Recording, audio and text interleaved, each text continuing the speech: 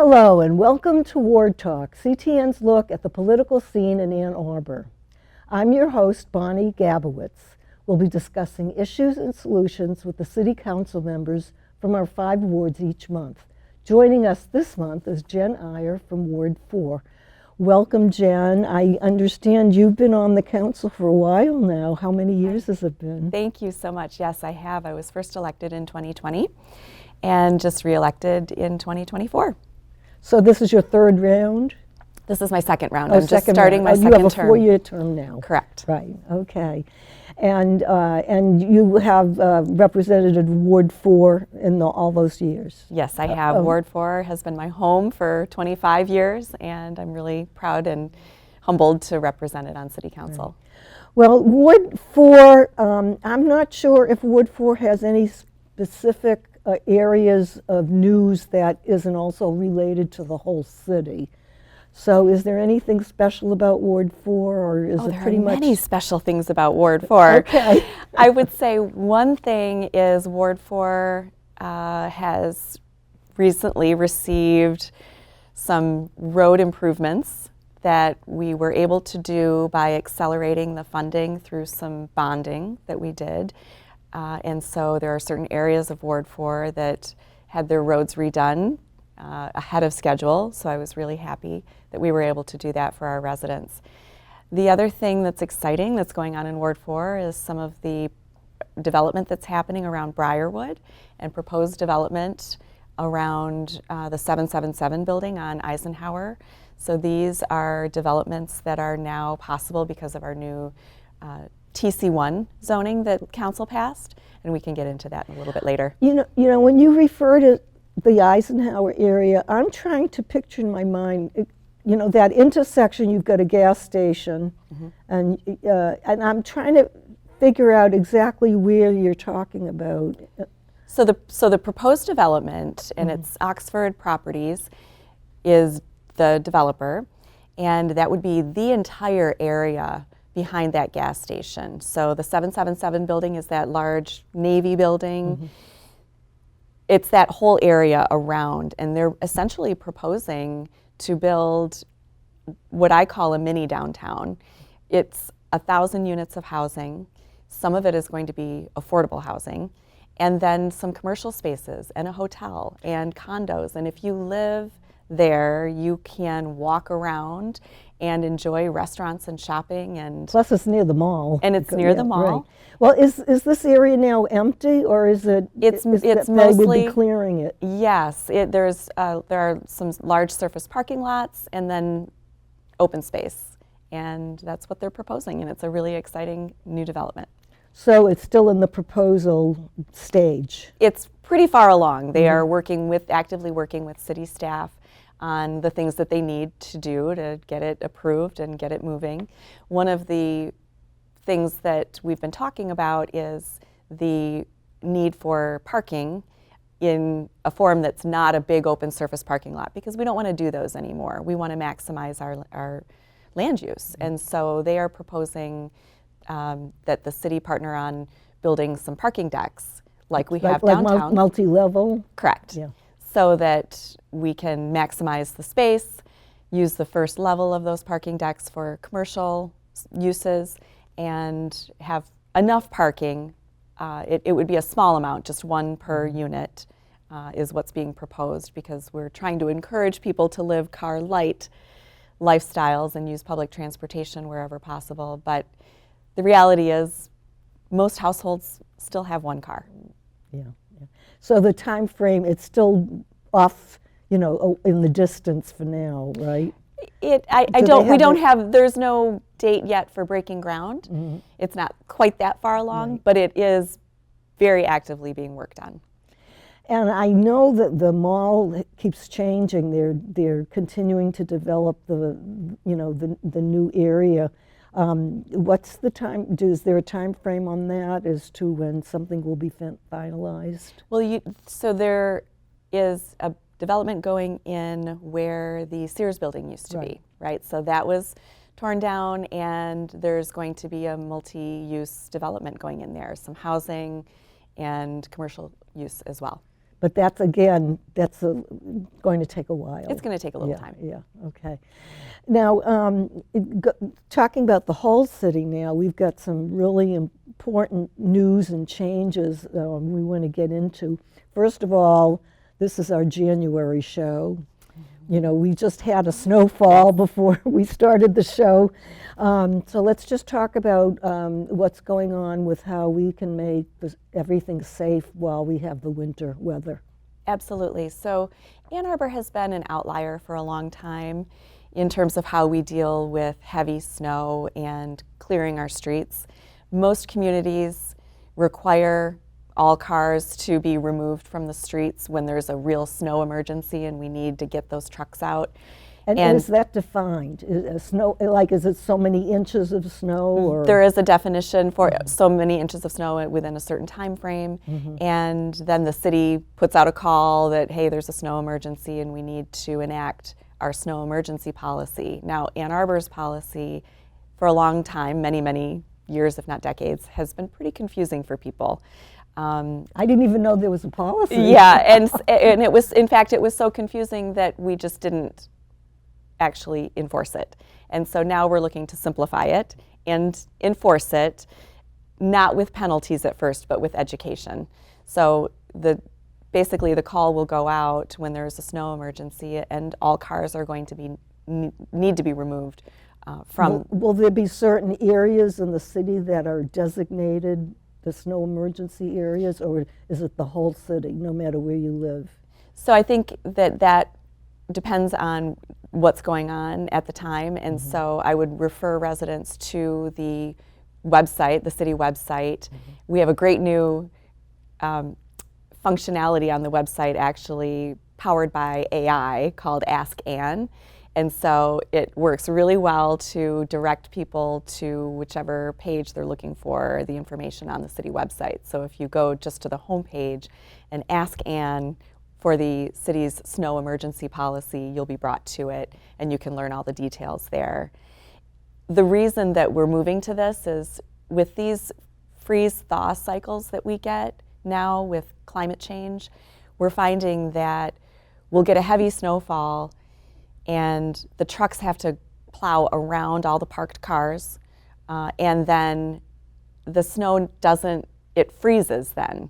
And we get these, like I said, these freeze-thaw cycles, and then you get these big ridges of snow where they had to go around the cars. And now that we're really trying to promote the use of our bike lanes and the safety of our bike lanes, this is all getting in the way, those big ridges of snow and ice. And interestingly, you know, we in Michigan use bikes even in the winter. We do, especially with the rise of e-bikes, which, by the way, you can get a rebate for through the city's A20 program. But we want to make sure that those bike lanes are clear of snow and ice as much as possible. Now, in terms of shoveling, was there some assistance that was being offered for people who need help with the shoveling the snow? Was there some kind of volunteer program for people to help out? Yes, we did try that. We found it wasn't used very much. Oh, really? Yes, but one thing that we did recently do was to award a contract to an outside entity to help us with some of our sidewalk shoveling in really critical areas, downtown and around facilities that people tend to walk to and that weren't able to get done in a timely enough manner by city staff. And so we just allocated that funding at one of our recent meetings, trying to prioritize that. So is this volunteer program something that's just not very active, or did it stop? Are people who are in need, can they still apply for help? I would say anyone in need can and should reach out to the city. Again, go to Ask Ann if you can, or call if you're not someone who uses the internet frequently. But always reach out if there is an issue. It's better to be proactive and to be connected with services in the area rather than getting cited for not shoveling your walk. Right. and hopefully we won't have too many events left. Just a brief note on the bicentennial. You know, we had a successful year celebrating the bicentennial, and I understand that the newly approved, voted on design of the flag has now been created, and citizens can actually buy a flag for their home. And I believe the large flag was $65, and the smaller one is $10. So that's something they can, again, go on the website and find out about that. Yep, it's a great design. It was designed by a local artist, someone who grew up in the community. Yeah, there was a competition, wasn't there? There was, yeah. yes, and his design was chosen. We awarded him, recognized him at one of our city council meetings, and he spoke about how much it meant to him as somebody who'd grown up in the community to have his design chosen.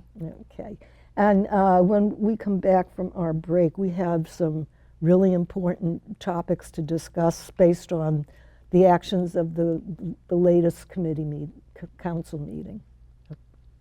We want to hear from you, so please email us questions to ctn@a2gov.org or tweet us at #CTN in Arbor. We're going to take a break now. We'll be coming back with more from Ward Talk.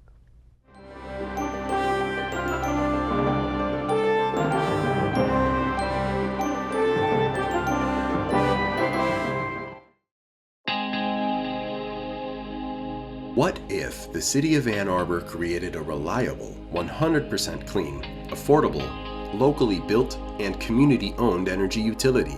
The city is looking to do just that by creating the Ann Arbor Sustainable Energy Utility, or SEU, a community-owned energy utility that provides electricity from local solar and battery storage systems installed on homes and businesses throughout the city.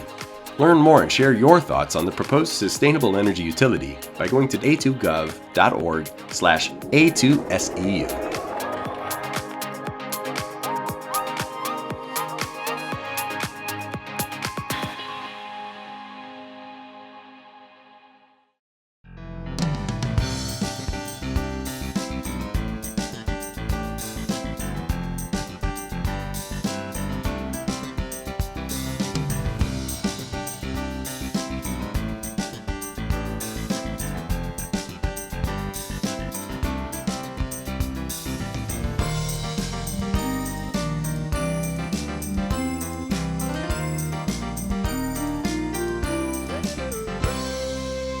I'm Dana Denha, host of Ann Arbor's news magazine program, FYI.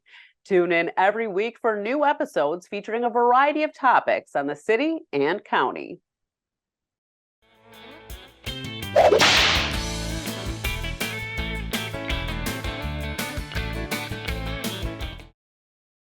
Hi, I'm Brian Steglitz, Manager of Water Treatment Services for the City of Ann Arbor. I'm excited to talk to you today about Ann Arbor Water, the city's new brand for its water utilities.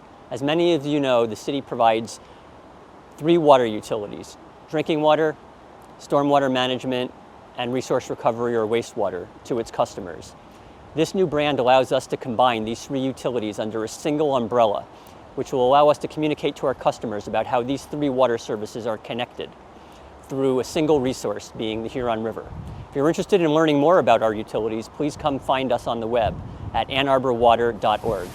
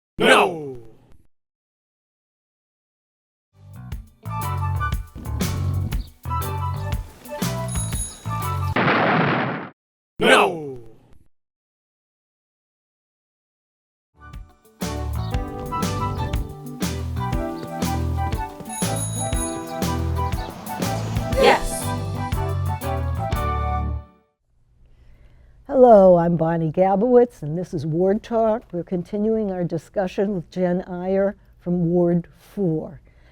Jen, we've got some really big topics in a short amount of time, so we're going to start right away. Let's do it. Affordable housing is always on our list, and there's always something new to discuss. What I was really impressed by is that as much as we're working on making more affordable housing available with a lot of these new developments, there's still, it's a small percentage of what really needs to be happen. I think it was Viridian that had 7,000 applicants for just like 12 units or just a few units. That was astounding to me. Yeah. So tell me, what's happening with that. Yeah. 50 units is what's 50. available at the Grove. And yeah, I know the I've got Grove. my list here. We do have a lot of projects under construction, and I've got facts and figures that I wanted to be able to refer to. Housing is my number one issue as a city council member. It's the number one issue that I ran on. We have a housing crisis, and it's caused by decades of land use choices that we've made in the city to restrict the amount of housing that could be built.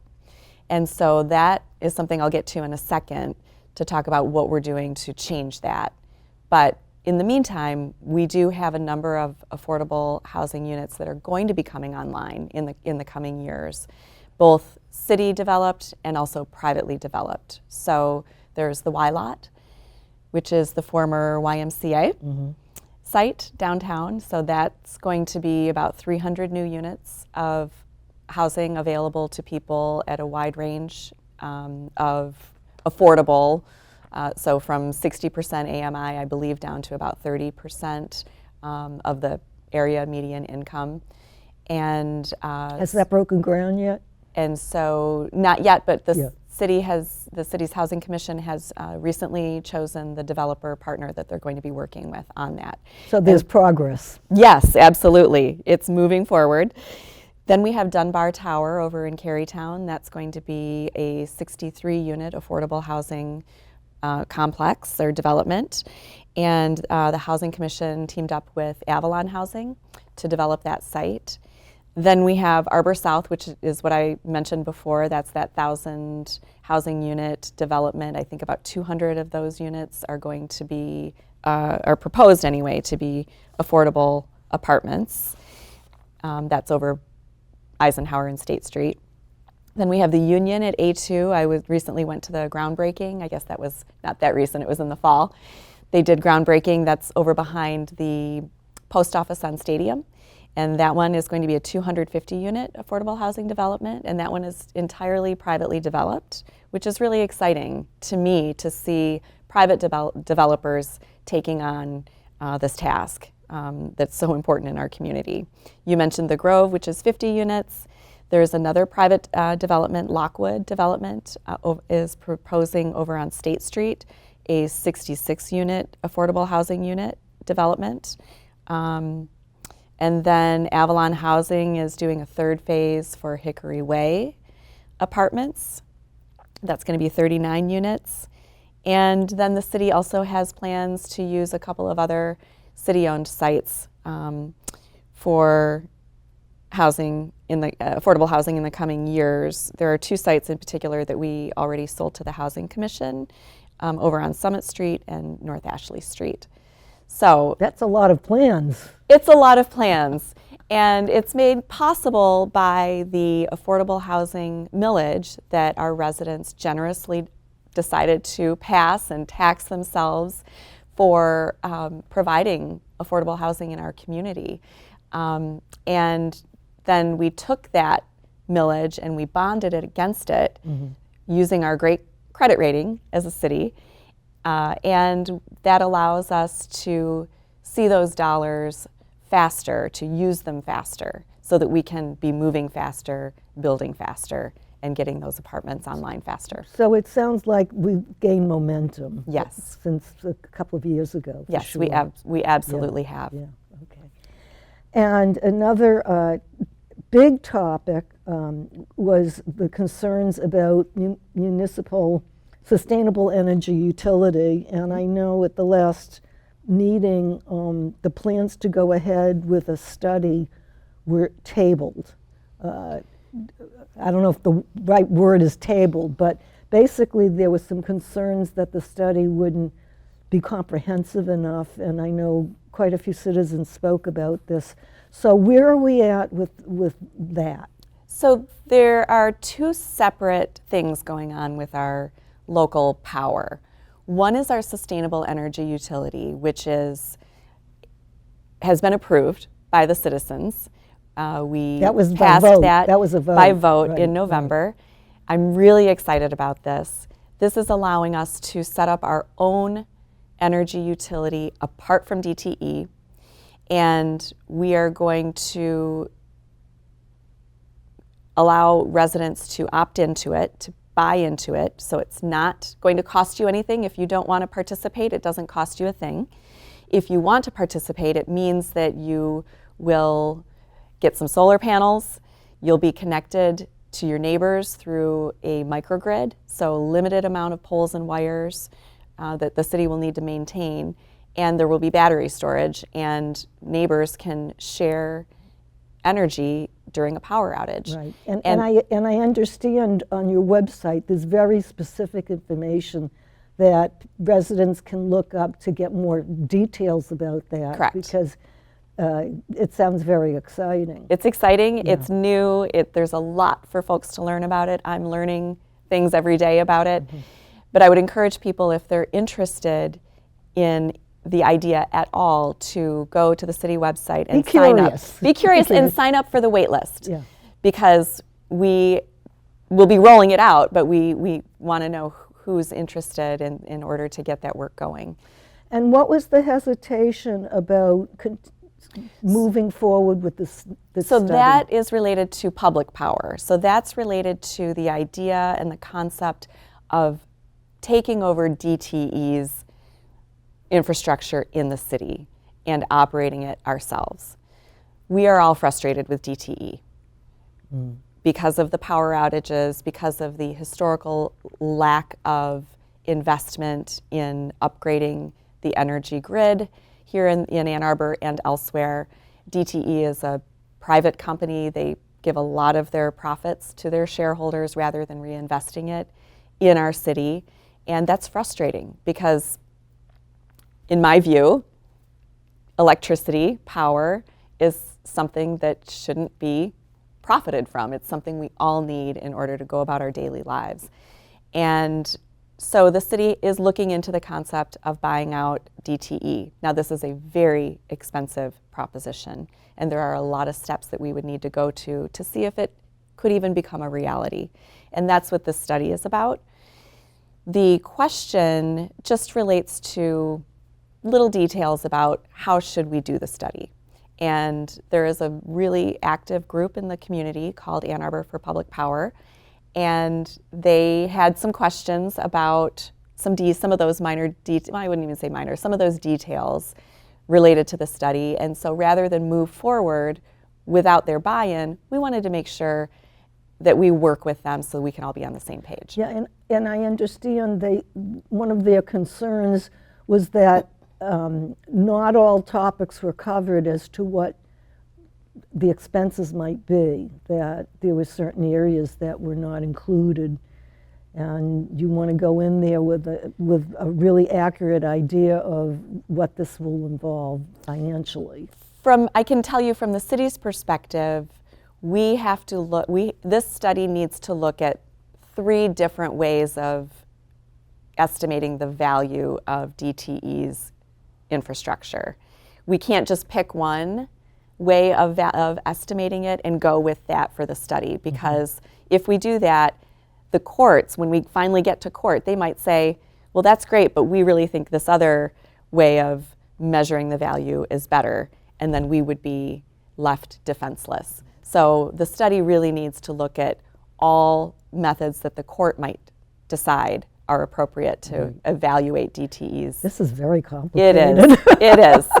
It gets into the weeds real quick, but it's the high level thing that residents need to understand, I guess, about this is we really care about how much energy costs and whether it's reliable.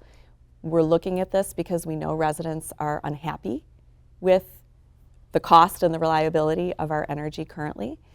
And we can only move forward on something like this with residents' input. So if we were to decide, yes, we want to pursue taking over DTE's infrastructure, it would have to go to a vote.